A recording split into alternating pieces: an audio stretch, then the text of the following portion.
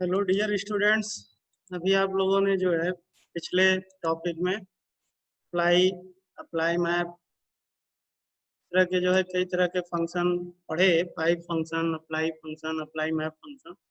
आज जो आपका टॉपिक है वो है री इंडेक्सिंग। री इंडेक्सिंग जैसे आप देख रहे हैं यहाँ पर हेडिंग है, तो जैसा हेडिंग है वैसे ही इंडेक्स है, और इंडेक्स को फिर से क्या करना है, री इंडेक्स करना है। ठीक है, तो यहाँ पर जैसे आप देख रहे हैं कि इसका डेफिनेशन दिया हुआ है कि it is a fundamental operation over panda series और data frame. It is a process that makes the data in a series of the data frame converts to a set of labels. It is used by pandas to perform much of the alignment process. Reindex is Python pandas or change the order of the row and column in Python pandas data frame, or change the order of data of series object is possible with the help of reindex function. ठीक है, तो ये समझा रहा है कि जब हम डाटा फ्रेम बनाते हैं तो आप देखते हैं कि डाटा फ्रेम बनाते ही उसमें कुछ रो और कॉलम बनते हैं। यानी जो हमारे वो रो और कॉलम होते हैं उनको वह अपने हिसाब से इंडेक्स कर देता है। लेकिन अगर मान लीजिए आपको री इंडेक्सिंग करनी है, यानी आपको अपने हिसाब से किसी का क्रम चेंज करना है। ठीक है, अगर आप जो है उसमें चेंज करना चाहते हैं, री इंडेक्स करना चाहते हैं, उसके ऑर्डर को जो है बदलना चाहते हैं, यानी जो डाटा आपका शो हो रहा है उस डाटा के क्रम को आपको चेंज करना है। ठीक, जैसे यहाँ पे आप डेफिनेशन देखिए, तो यहाँ पे जैसे देखिए डेफिनेशन में लिखा हुआ है, it is used by pandas to perform much of the alignment process. Reindex in Python pandas or change the order of the row and column in Python pandas data frame। ठीक है, तो यानी अगर आपको उसके रो और कॉलम, ठीक है, जो आपका उसमें शो हो रहा है, ये आपको पहले ही बताया गया है कि जो डाटा फ्रेम होता है उसमें जो डाटा शो होता है वो रो और कॉलम में शो होता है। तो अगर आप उसको क्रम को, ऑर्डर को, सीरीज को क्या कर सकते हैं, चेंज करना चाहते हैं, तो चेंज करने के लिए आपको री इंडेक्स फंक्शन यूज करना है। देखिए यहाँ पर दिखा रहा है कि एक जो है एग्जाम्पल के माध्यम से आपको बताने की कोशिश की गई है कि यहाँ पे कुछ नंबर्स दिए हुए हैं और उसके सामने उसका इंडेक्स लिखा हुआ है, जैसे ABCDE। तो आप देख रहे हैं कि आफ्टर री इंडेक्सिंग यानी उसका जो है क्रम बदल दिया गया। ठीक है, तो पहले ठीक है ABCDE था, अब क्रम क्या हो गया, EDCBA। ठीक है, तो अब आप जब उसको इंडेक्स किए तो उसी के हिसाब से उसकी वैल्यू भी क्या हो गई, चेंज हो गई। तो यही चीज क्या कहलाता है, री इंडेक्स कहलाता है। कि री इंडेक्स का मतलब है कि अगर ठीक है हम अपना कोई डाटा फ्रेम बना रहे हैं तो डाटा फ्रेम वो अपने हिसाब से उसको जो है क्रम के हिसाब से, जैसे जैसे हम वैल्यू इंसर्ट करते जाएंगे उसके हिसाब से उसका वो इंडेक्स कर देगा। लेकिन अगर हम उसके क्रम को चेंज करना चाहते हैं, अपने हिसाब से उसका क्रम जो है शो कराना चाहते हैं, तो उसके लिए जो है री इंडेक्स फंक्शन यूज करते हैं। आगे जो है डिटेल में आपको हम उसके बारे में बता रहे हैं।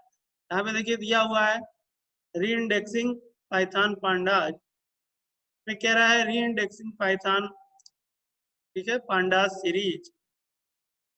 The program given below creates a pandas series with the some numeric values, then index it with A, B, C, D, E labels.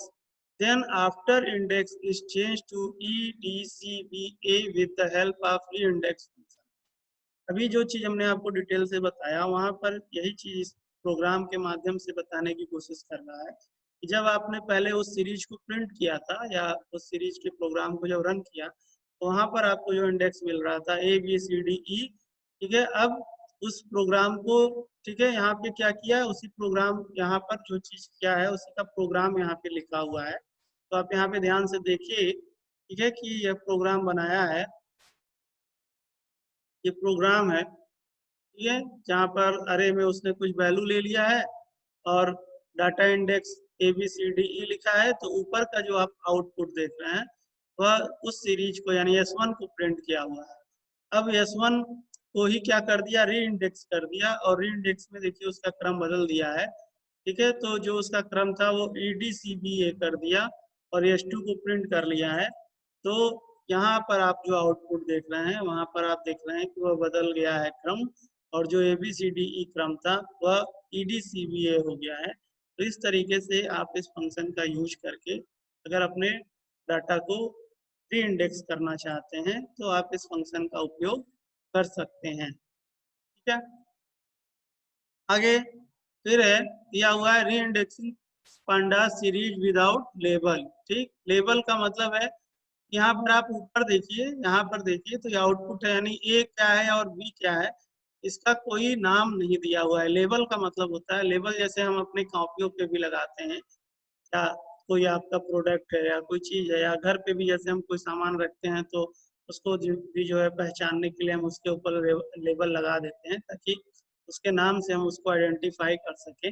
यहाँ पे देखिए दे रहा है री इंडेक्स इंसर्ट NaN। NaN का मतलब होता है non markers when no data exist for a label in a below program are not available as label. यानी यहाँ पर जो ये प्रोग्राम बना हुआ है इसका आप देख रहे हैं कि इसकी कोई हेडिंग नहीं है, लेबल एज ए हेडिंग भी आप उसको समझ सकते हैं।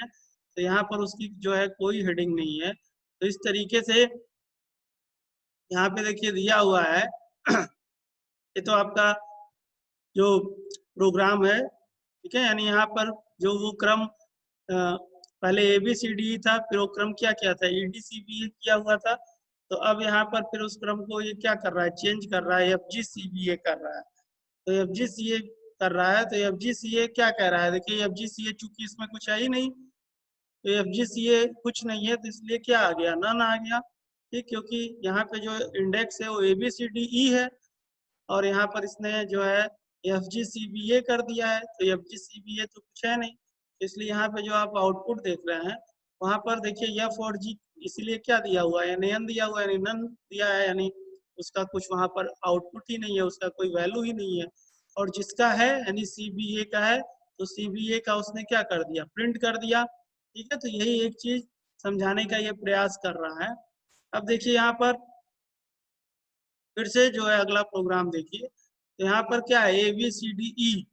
तो ABCDE का मतलब क्या हो गया कि A जो है वो इंडिकेट हो रहा है किससे, 0 से, और B किससे इंडिकेट हो रहा है, 1 से। ठीक है, तो किसी की भी इंडेक्सिंग हमारी शुरू होती है तो 0 1 2 3 4, ठीक है, 0 1 2 3 4, और जब इसको रिवर्स करते हैं तो -4 -3 -2, इस तरीके से जो है होता है। तो यहाँ पर देखिए ए और बी का उसने इंडेक्स किया हुआ है, ए को 0 बी को 1 से इंडिकेट किया है, तो यहाँ पर ए की इंडेक्सिंग 0 और बी की इंडेक्सिंग 1 दिखा रहा है, बाकी का उसने उसने जो है कोई इंडेक्स नहीं किया हुआ है, इसलिए CDE आ रहा है। ठीक, ये इसका जो है प्रोग्राम है। फिर आगे ठीक है, यहाँ पे देखिए दे रहा है री इंडेक्सिंग रो इन पांडास डाटा फ्रेम। तो अब यहाँ पर देखिए जो वह है उसने रो का क्या किया, नाम रख दिया। जैसे यहाँ पर आप देख रहे हैं कि ये नेम है, यहाँ एज है, वेट है, हाइट है, रन स्कोर है, तो यही क्या है, लेबल है, जिससे आपको यह समझ सकते हैं या आप उसको आइडेंटिफाई कर सकते हैं। ये जो हमारा पूरा पर्टिकुलर कॉलम है ये क्या बता रहा है, एज बता रहा है। ठीक, ये पर्टिकुलर कॉलम वेट बता रहा है, ये पर्टिकुलर कॉलम हाइट बता रहा है, और ये पर्टिकुलर कॉलम रन स्कोर बता रहा है। तो यह चीजें यहाँ पे देखिए नीचे दिया हुआ है डाटा। ठीक है, डाटा, आप डाटा फ्रेम आफ्टर री इंडेक्स, ठीक है, यानी उसको इसने क्या किया, री इंडेक्स कर दिया है। तो यहाँ पर जो क्रम आप देख रहे हैं 0 1 2 3 4, तो यहाँ पे आप क्रम देख रहे हैं 2 1 0 4 3। ठीक है, चूंकि यहाँ पे देखिए री इंडेक्स कर दिया है, तो री इंडेक्स में आप क्रम उसका चेंज कर सकते हैं, और कोई जरूरी नहीं है कि वह, ठीक है, असेंडिंग और डिसेंडिंग में ही आप कर सकते हैं। आप जिसको चाहें उसका क्रम अपने हिसाब से, जिसको चाहे आप पहले कर सकते हैं, जिसको चाहे आप बाद में कर सकते हैं, जिस तरह से आप क्रम चेंज करेंगे। जैसे यहाँ पे इसने क्रम चेंज किया हुआ है 21043 का, तो यहाँ पर आप देख रहे हैं कि 21043 के हिसाब से वैल्यू आ रही है। ठीक है, और यहाँ पर जो पहले है वो उसी हिसाब से जैसे डाटा यहाँ पे एंट्री किया है उस हिसाब से किया हुआ है, तो ये इस हिसाब से आ रहा है 0 1 2 3 4। ओके, आगे फिर इसी क्रम में, ठीक है, ये फिर एक प्रोग्राम है यहाँ पे दिया हुआ है री इंडेक्सिंग पाइथन पांडा। यहाँ पर आप देख रहे हैं कि लिखा हुआ है री इंडेक्सिंग कॉलम्स, ठीक है, इन पांडास डाटा फ्रेम। तो यहाँ पर भी आप देख रहे हैं, ध्यान दीजिए, यहाँ आपका क्या है 0 1 2 3 4, ठीक, और यहाँ पर इसने क्या किया 0 1 2 3 4, ठीक है।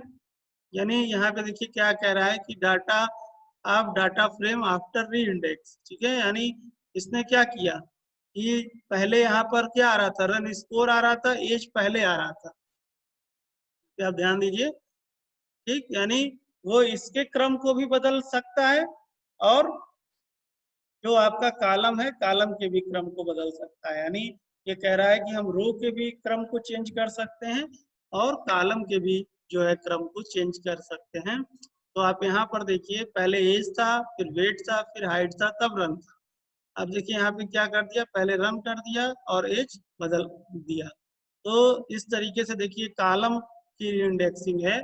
तो आप चाहें तो रो की भी इंडेक्सिंग कर सकते हैं, रो की इंडेक्सिंग आपको पहले बताया है। और यहाँ पर जो है कॉलम की री इंडेक्सिंग है। यह आपका जो है प्रोग्राम है, आप इस प्रोग्राम को जो है एक बार ध्यान से देखेंगे।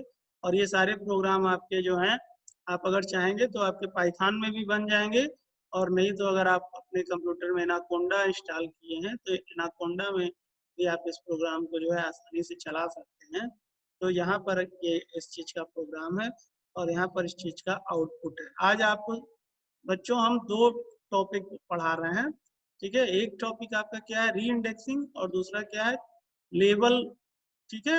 यानी लेबल जो है, लेबल चेंज करने के लिए। तो यहाँ पर आप देख रहे हैं कि लेबल को किस तरीके से हम चेंज कर सकते हैं, रो वाइज और कॉलम वाइज, और री इंडेक्सिंग कर सकते हैं। यानी जो हमारा इंडेक्स है उसके भी क्रम को हम चाहें तो उस क्रम को चेंज करके हम डाटा रिप्रेजेंट कर सकते हैं। फिर यहाँ पर भी देखिए एक अगला प्रोग्राम जो है बनाया हुआ है, यहाँ पर देखिए दिया हुआ है डाटा, ठीक है। यहाँ पर देखिए क्या यहाँ पे दिया हुआ है 0 1 2 3 4, और यहाँ पे कैसे शो कर रहा है AB234, ठीक है। तो यानी यहाँ पे देखिए दिया हुआ है डाटा आप डाटा फ्रेम आफ्टर री इंडेक्स, ठीक है। तो यहाँ पर ये जो प्रोग्राम बनाया हुआ है, यहाँ पे डाटा जो है उसका जो इंडेक्सिंग है, ये जो इसकी इंडेक्सिंग है, इस इंडेक्सिंग को जो है चेंज किया हुआ है। तो इस तरह से ये आपके प्रोग्राम थे, और आज आपका टॉपिक यही था। तो इसको आप ध्यान से जो है देखेंगे, नोट करेंगे, प्रोग्राम बनाएंगे और ठीक प्रकार से जो है पढ़िए। Okay, good bye. आज आपका टॉपिक इतना ही है, फिर इसके आगे फिर जो है हम कल continue. Okay, good bye, thank you.